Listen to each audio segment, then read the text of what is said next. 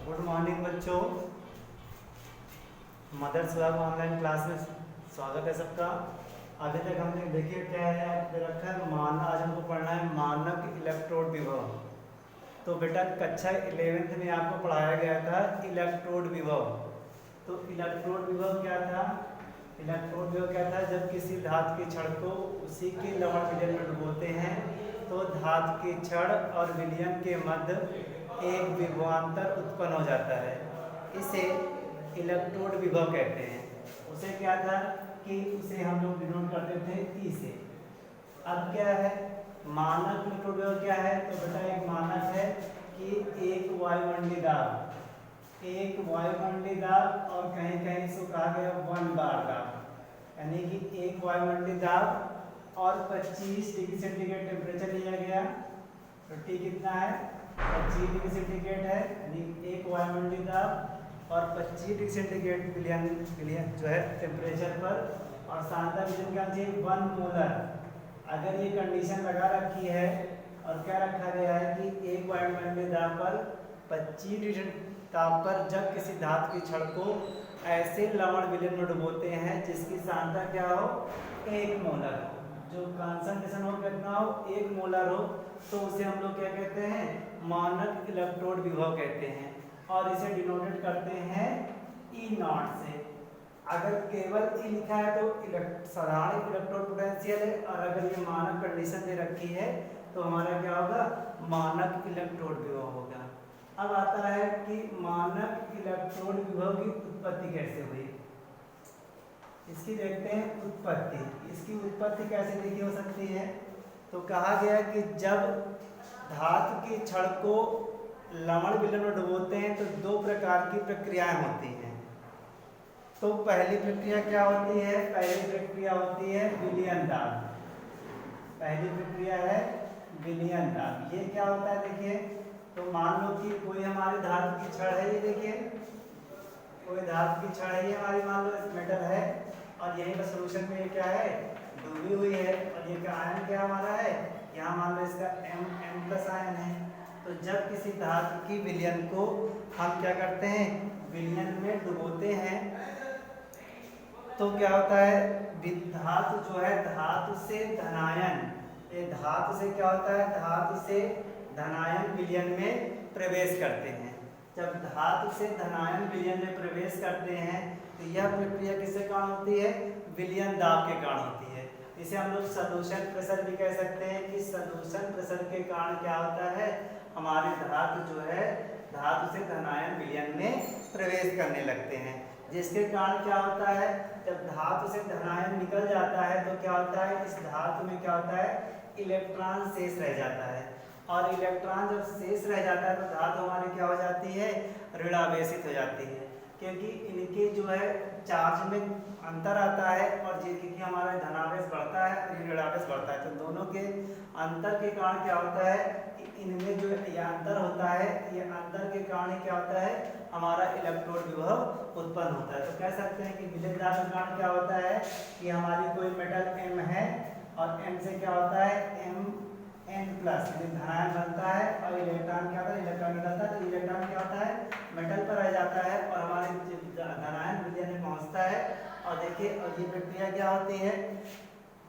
और यह प्रक्रिया क्या होती है? ऑक्सीडेशन प्रक्रिया होती है। तो ऑक्सीडेशन प्रक्रिया के कारण क्या होता है कि हमारे धातु से धनायन निकलकर विलयन में प्रवेश करने लगते हैं। सेकंड क्या होता है? परासरण दाब। तो परासरण दाब बेटा क्या होता है? परासरण दाब के कारण क्या होता है? परासरण दाब ये क्या होता है कि जब धनायन क्या होता है? अब धनायन का क्या होता है? धनायन का जो है इस मेटल पर पहुंचना, धनायन का क्या होता है? धनायन का विलयन से मेटल पर पहुंचना क्या कहलाता है? परासरण दाब कहलाता है। और यह प्रक्रिया धातु के कारण क्या होती है? धातु के कारण क्या होती है? धनावेशित होती है। धनायन जाएगा तो धातु क्या होगी? धनावेशित हो जाती है। और यह एक प्रकार से क्या होता है? अब चेन करके कहने का मतलब है कि धातु धनायन है या इलेक्ट्रॉन ग्रहण करके क्या होता है? इलेक्ट्रॉन ग्रहण करके जो है मेटल पर जाने लगता है। तो जाने के कारण क्या होता है? मेटल क्या होने लगती है? धनावेशित होने लगती है। तो कहने का मतलब है कि जब हमारा जब तो देखिए ये कौन सी क्रिया होती है? रिडक्शन होती है। तो कह सकते हैं कि जब हमारा ऑस्मोटिक प्रेशर इससे सॉल्यूशन में ज़्यादा होगा तो अब कौन सी क्रिया होगी, या परासरण क्रिया होगी या अपचयन क्रिया होगी।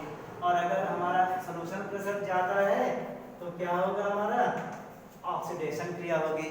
तो होता क्या है कि जब इस प्रकार से दोनों क्रियाएं क्या क्या कौन सी क्रिया कि धातु से धनायन का निकलना और धनायन का धातु पर पहुंचना, जब दोनों प्रक्रियाएं होती हैं तो क्या होता है कि विलयन दाब के कारण क्या होता है, जब हमारा जो विलयन दाब कारण क्या होता है कि धातु ऋणावेशित हो जाती है। तो इस ऋणावेशित के कारण क्या होता है कि जो हमारी जो ऋणायन जाती है, ये एक धातु ऋणायन जाती है, इसके चारों तरफ क्या होता है धनायन का स्तर बन जाता है।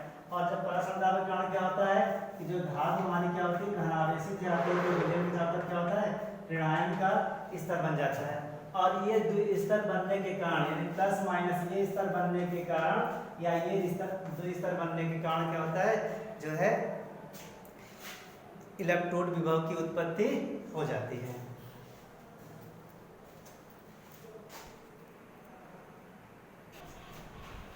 अब अगला है हमारा मानक हाइड्रोजन इलेक्ट्रोड, जिसे स्टैंडर्ड हाइड्रोजन इलेक्ट्रोड कहते हैं।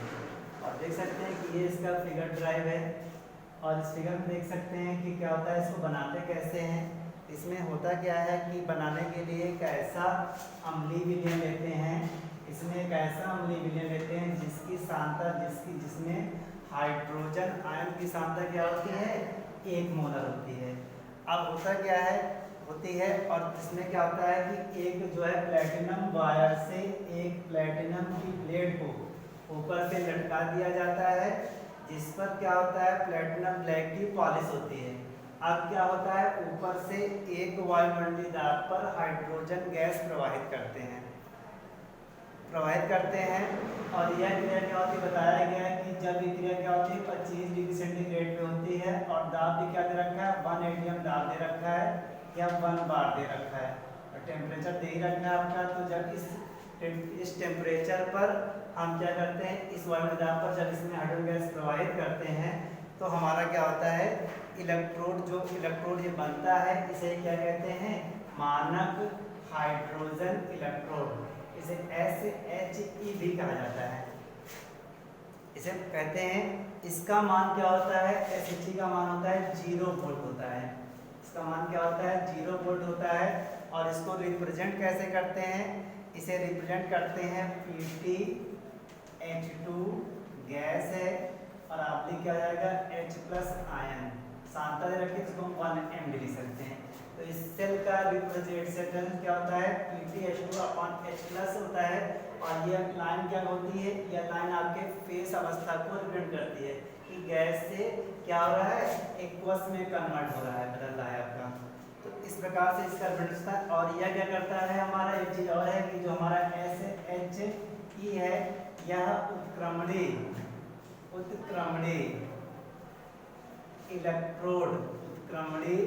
इलेक्ट्रोड की तरह कार्य करता है। कहने का मतलब है रिवर्सिबल इलेक्ट्रोड की तरह कार्य करता है, अर्थात क्योंकि यह जो है एनोड